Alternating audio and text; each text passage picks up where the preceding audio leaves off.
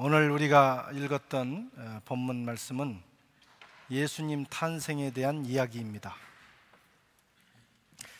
우리 예수님께서 언제, 어디서, 어떻게 태어나셨는가?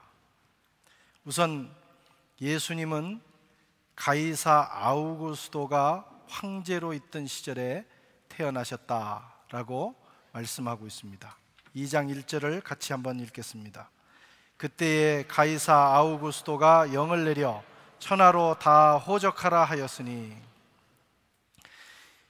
여기서 나오는 가이사 아우구스도는 예수님 출생 당시의 로마의 황제의 이름인데, 로마의 최고의 장군이었던 이 갈리아 지역, 우리가 살고 있는 이 프랑스 지역을 다스리고 있던 총독이었던 율리어스 시저의 조카이면서 양아들이었던 사람입니다. 율리어스 시저가 이 갈리아 지역을 정복하고, 이 지역은 본래 굉장히 호전적이고 싸움을 잘하는 켈트족 중에서 고을 사람들이 살고 있었던 곳이어서 로마가 완전히 정복을 못한 상태였습니다. 우리가 많이 들어서 아는 백생제토릭스라고 하는 장군이 아주 탁월한 장군이 있었는데, 율리어스 시저가 그 사람을 이제 전쟁에서 이기게 됩니다. BC 57년에 알레지아 전투에서 승리한 후에 여기가 이제 로마권이 되는 거예요. 그러면서 율리어스 시저가 이 세력을 확장하고 점점 탁월한 장군이 되니까 이것을 두려워한 로마의 원로원에서 소환을 하게 되죠. 이 소환받은 이 시저가 군대를 이끌고 가는데, 본래는 그 루이비콘 강을 이 무기를 가지고 건너면 안 되는, 모든 장군들은 무기를 버리고 무장을 해제하고 거기를 건너야 되는데, 무기를 가진 채 부하들과 함께 거기를 건너는 것입니다. 그래서 돌아올 수 없는 강을 건넜다, 루이비콘 강을 건넜다라고 하는 말이 거기서 나와요. 시저는 거기 가서 로마의 원로원을 장악한 다음에 공화정이었던 체제를 이제 황제의 체제로 바꾸어 놓습니다. 그리고 불행하게도 그의 부하였던 브루투스에게 암살을 당하게 되는데, 그래서 그 후계자가 누구냐면 그의 조카이면서 양아들이었던 사람이 후계자가 되는 거예요. 이 사람이 황제가 돼서 율리우스 클라우디우스라고 하는 왕조를 시작을 하게 됩니다. 이 사람의 본래의 이름은, 정식 이름은 가이우스 율리우스 카이사르 옥타비아누스. 굉장히 기릅니다. 아마 자기도 자기 이름을 헷갈릴 수 있을 정도로 긴 이름이에요.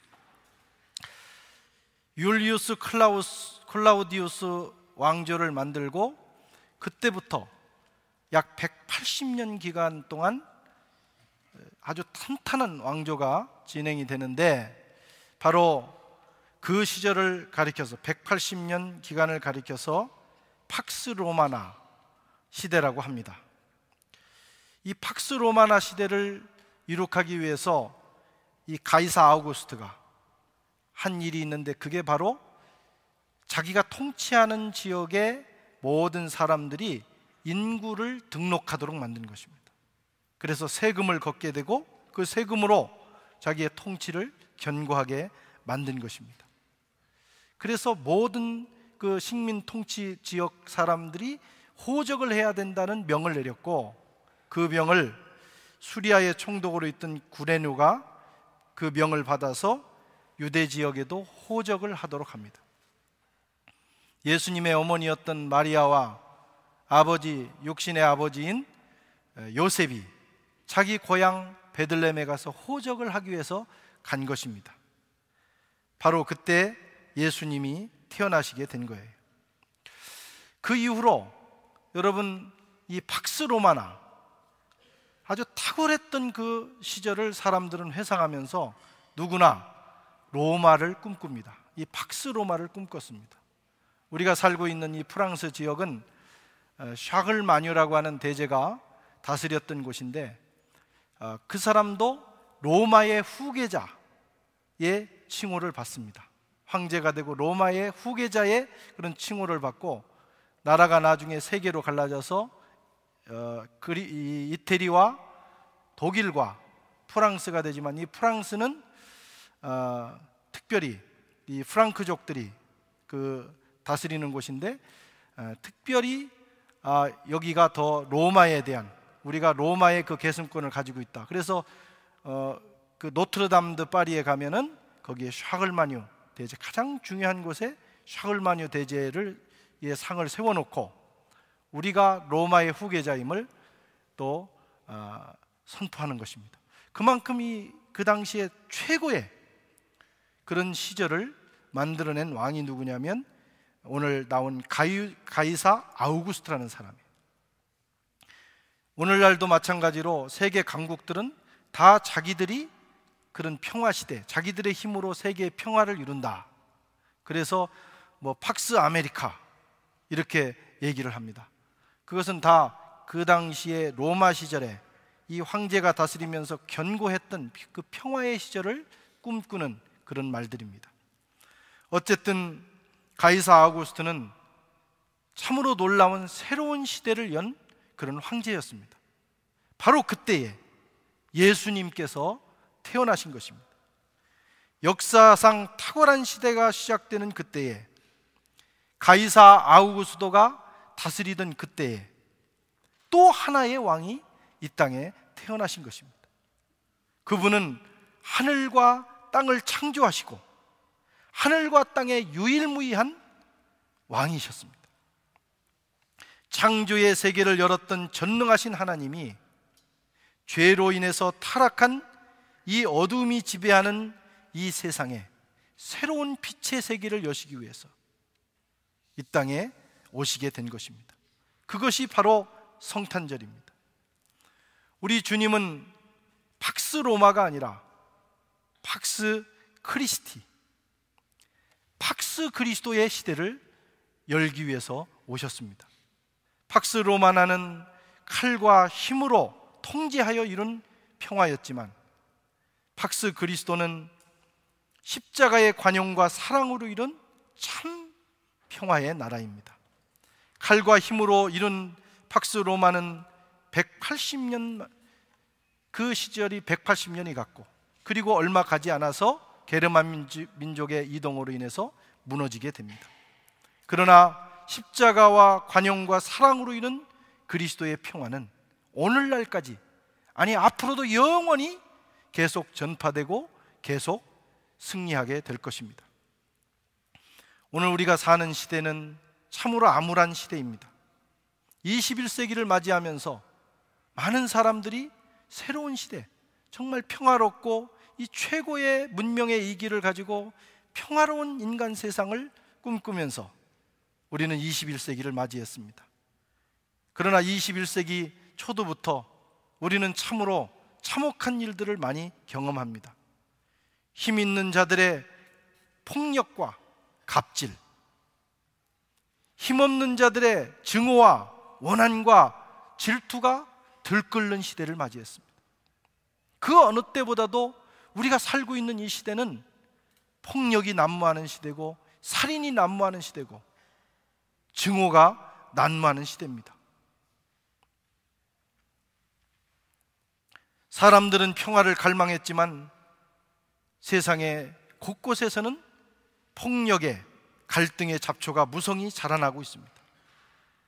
각 나라마다 우리는 힘이 있으니 우리의 힘으로 세계의 평화를 이루겠다, 우리가 세계를 지키겠다, 이렇게 말하지만 그들이 개입하는 곳마다 더 심한 갈등과 전쟁이 벌어지고 있어요. 21세기는 이런 나라입니다. 이런 시대입니다. 우리가 앞으로 어떤 시대가 앞으로 열려질지 모르는 참으로 캄캄한 삶을 살고 있습니다. 진정한 평화는 힘으로 이루어지는 것이 아닙니다. 진정한 평화는 종의 형체를 입고 이 땅에 오셔서 자기를 희생하시고 십자가에 자기를 내어주신 그리스도를 통해서, 그분이 다스리시고 그분의 복음이 전해질 때 거기에 진정한 평화가 오게 되는 것입니다. 우리는 지금 대림절을 맞이하고 있습니다.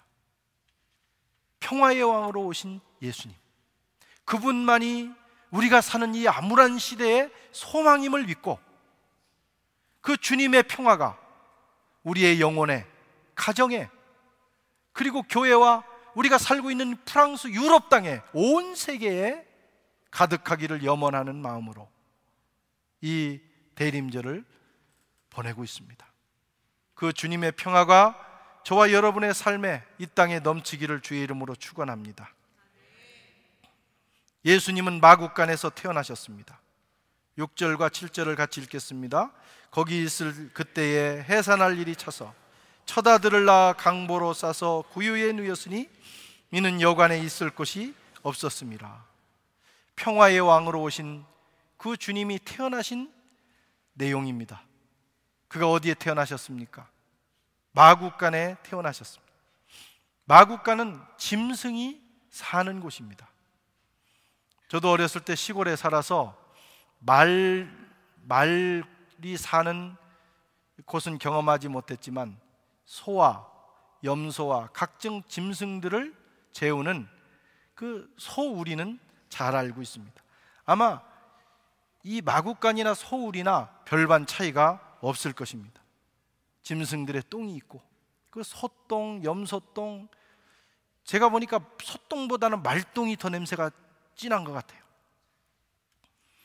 그런 짐승들의 똥이 있는 곳이고, 잠시 비바람은 피할 수 있지만 사람이 머물러서 하룻밤 자기에는 너무나 누추하고 너무나 끔찍한 곳이 바로 이 마국간입니다.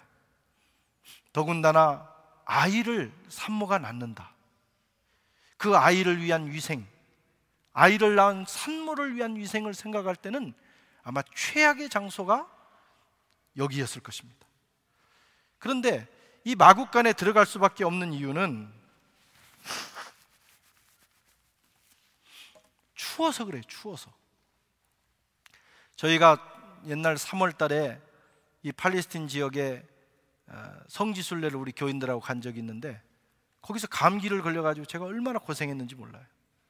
여러분, 4월쯤 되면 부활절이 옵니다. 이 부활절 때 이 복음서의 보도를 보면 그 재판을 하는 사람들, 이 죄수들을 다루는 사람들이 얼마나 추웠든지 모닥불을 피워놓고 거기에 모여 앉았어요. 4월만 돼도 그렇게 추운데 지금 추정해서 12월에서 1월 사이에 성탄절로 보는데 그때는 얼마나 추웠겠어요. 그러니까 밖에서 아이를 낳을 수 없기 때문에 불가피하게 바람을 피하고 비를 피하기 위해서 이 마국간에 들어가게 된 것입니다. 최악의 장소. 그가 어떤 분이셨습니까? 하늘 보좌에서 오신 분입니다. 하늘은 짐승 대신에 천사들이 시중을 드는 곳이고, 짐승들의 똥냄새 대신에 가장 고귀한 향이 가득한 곳이 하늘이고, 지푸라기와 풀 대신에 거기는 황금과 유리와 각양보석으로 가득한 곳입니다. 우리 주님은 최고의 장소에서 가장 안락한 곳에 계시다가 이 땅의 최악의 장소로 오신 것입니다. 말구유는, 마국간은 예수님의 겸손과 낮아짐을 의미합니다. 예수님께서 우리를 구원하시기 위해서 이 땅에 오실 때 자기를 이와 같이 낮추셔서 오셨습니다. 주님은 마국간에서 태어나셨을 뿐만 아니라 강보에 쌓이셨다, 강보에 쌓아서 뉘었다, 이렇게 기록합니다. 유대인들은 아이를 낳을 때 한 가지 관습이 있는데, 아이가 임신하면 3m 정도 되는 천을 준비합니다. 그리고 그 천에다가 아이의 미래의 이름을 엄마가 수를 놓는다고 합니다. 이게 기록에는 없지만 그 관습대로라면 마리아께서 그 아기 예수의 이름을 거기에 수를 놓았을 거예요. 수를 놓으면서 태교를 하는 것입니다. 기도하는 것입니다. 그래서 아기를 낳은 다음에는 그것을, 아이를 그 강보로 쌓고, 이 강보로 쌓는 의미가 있습니다. 추위와 사고와 각종 질병으로부터 아이를 보호한다는 의미입니다. 그렇게 해서 15일에서 약 40일 정도를 이 강보를 가지고 아이를 보살피다가 부모는 그것을 버리지 아니하고 깨끗이 빨아서 나중에 이 아이가 자라서 성인이 되거나 결혼을 할 때 그것을 펼친다고 합니다. 이 강보라고 하는 것은 아이의 정체성을 의미합니다. 이 아이가 사생아가 아니고 뼈대 있는 가문의 아이라는 것입니다. 정상적으로 태어난 아이를, 합법적으로 태어난 아이라고 하는 의미를 담고 있습니다. 예수님이 그렇게 태어나신 거예요. 성령으로 잉태되셨지만 그 집안은 왕족의 집안입니다.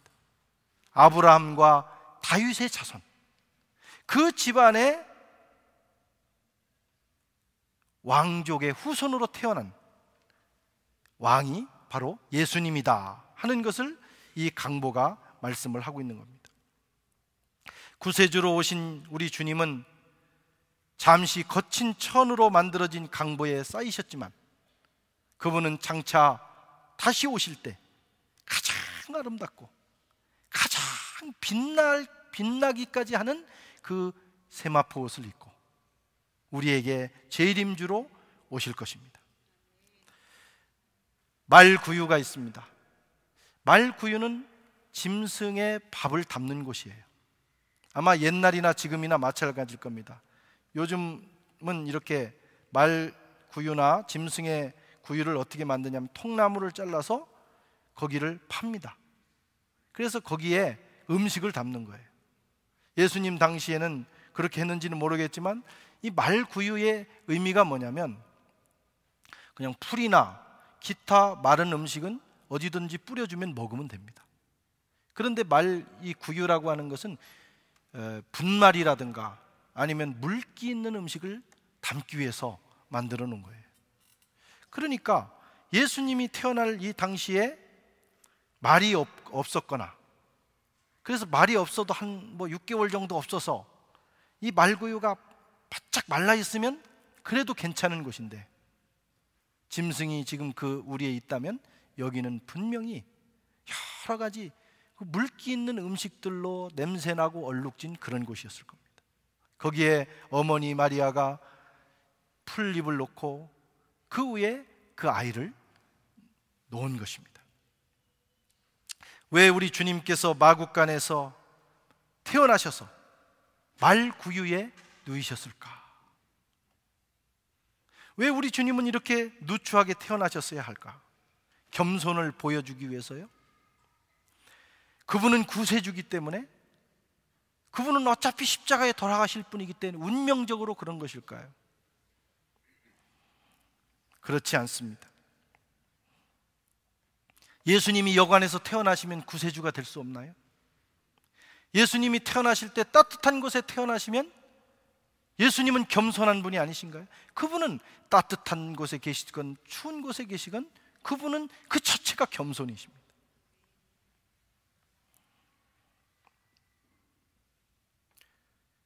주님이 편안한 곳에 태어나시면 십자가를 지는 일이 곤란한 겁니까? 그렇지 않습니다. 주님은 그럼에도 불구하고 십자가 지시는 일을 하실 것입니다. 왜 주님이 이렇게 최악의 장소에 태어나셨을까? 그것은 바로 그 주님을 알아보지 못하는 우리의 어두운 두 눈이 그렇게 만든 것입니다.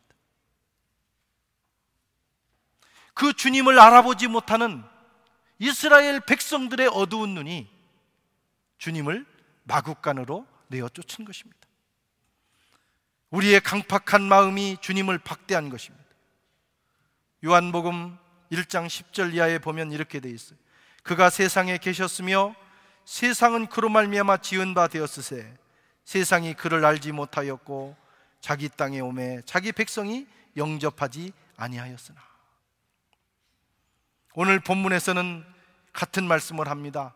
이 7절에 첫 아들을 낳아 강보로 싸서 구유에 누이었으니 이는 여관에 있을 곳이 없었음이라. 여관이 다 찼다는 거예요. 아마 어쩌면 방이 있었을 수도 있습니다. 그런데 여관 주인이 생각하기를 지금 철인데 메뚜기도 한철인데 말이에요. 지금 막 손님들이 오는데 이 임신한 여자를, 출산할 여자를 받아들이면, 여기서 애를 낳고 이렇게 복잡해지면 앞으로 큰 경제적 손해가 있을 것이다. 아마 판단을 하고 손님으로 받지 않았을 수도 있습니다. 아니면 어떤 상황에서는 손님들이 너무 많아서 이미 방이 사실로 다 찼을 수도 있어요. 어찌됐든 여관은, 이스라엘 백성들은 예수님을 따뜻한 곳에 모시지 못했어요. 그것이 자기의 불편함 때문이든지 아니면 이미 다른 사람들로 채워져 있어서 그렇든지 주님을 차가운 곳으로 내어 몰았습니다. 그리고 주님은 당연히 거기서 태어나야 되는 것으로 우리는 생각합니다. 주님을 따뜻한 곳으로 모실 수 없었을까요? 그러면 안 될까요? 불효 자식들은 늘 그렇게 생각합니다. 우리 부모님은 원래 고생하시는 거야. 옛날에 못 살 때 부모님들이 자식한테 좋은 거 주기 위해서 생선을 사면 가온테토막 다 해서 자식들에게 주고, 그리고 어머니는 야, 그래도 이 생선이라는 건 이 대가리가 맛있단다, 여기에 정말 영양가가 많단다 하면서 그걸 드셨어요. 사실 대가리가 약간 맛은 있기는 있지만 먹어보면 먹을 게 별로 없습니다. 쭉쭉 빨아도 그냥 물기는 나오지만 고기가 없어요. 살점이. 그래 눈알 파서 그냥 먹고 뭐 약간 건지는 정도예요. 근데 자식들은 늘 생각하기를, 아유, 우리 엄마는 이 생선 꼬리하고 대가리를 드시면서 아주 맛있는 걸 드시는, 우리 어머니는 원래 그런 걸 좋아하시는 거라고. 그러면서 다 커가지고도 지들은 맛있는 가운데토막 먹고 부모님에게는 그걸 드리는 거예요. 그걸 뭐라고 하냐면 철없는 자식, 불효자식이라고 하는 것입니다. 그 우리의 어머니의 운명이니까. 예수님은 원래 고생하시기 위해서 태어났으니까. 그러나 성경은 그렇게 말씀하시지 않습니다. 여관에 있을 곳이 없었다. 자기 땅에 오매 자기 백성이 알아보지 못했다. 영접하지 않았다. 오늘 우리 주님이 성령으로 저와 여러분 가운데 와 계십니다. 우리 주님께서 장차 재림주로 오실 것입니다. 2000년 전에 주님을 그렇게 냉대했던 그 사람들처럼 우리는 오늘 성령으로 우리 가운데 와 계신 주님을 그렇게 대우하고 있지는 않은지, 그렇게 대우하다가 재림주로 오실 때 우리가 과연 주님을 영광스럽게 맞이할 수 있을까요? 우리는 어떻게 해야 합니까? 성령으로 우리 가운데 찾아오신 주님을 환영하고 우리의 삶의 자리를 열어서 따뜻한 곳에 모셔야 돼요. 2000년 전에는 우리를 위하여 십자가 지시기 위해서 오셨을 때는 그렇게 고생하셨지만, 주님, 이제는 내 마음에서 왕이 되십시오. 나를 지배하십시오. 가장 편안한 곳에서 저의 헌신과 순종을 받아주십시오. 이렇게 해야 될 줄로 믿습니다. 주님을 기쁘게 영접하고 풍성하게 대접하고 기꺼이 순종하는 저와 여러분들이 되시기를 바랍니다. 우리 주님은 다시 재림하실 것입니다. 사실 우리는 초림 주님이 아니라 재림하실 주님을 기다리는 신앙이에요. 그러나 성경은 미련한 5 처녀가 있고 지혜로운 5 처녀가 있다고 말씀하셨어요. 미련한 처녀들은 주님을 진정으로 기다리지 않았습니다. 아무 준비하지 않았습니다. 주님이 오셨을 때 주님을 영접할 수 없었습니다. 그러나 5 처녀는, 지혜로운 5 처녀는 날마다 주님을 사모하고 주님 맞을 준비를 하다가 그가 신랑으로 오셨을 때 주님을 맞이하고 혼인잔치에 들어갔습니다. 저와 여러분은 어떤 상태입니까? 이 대림절에 내 영적 상태, 나는 정말 주님을 냉대하고 있지 않는지, 혹시 주님이 갑자기 불현듯 내게 오신다면 나는 그 주님을 맞을 기름이 준비되었는지 깊이 생각하면서 보내시는 저와 여러분들이 되시기를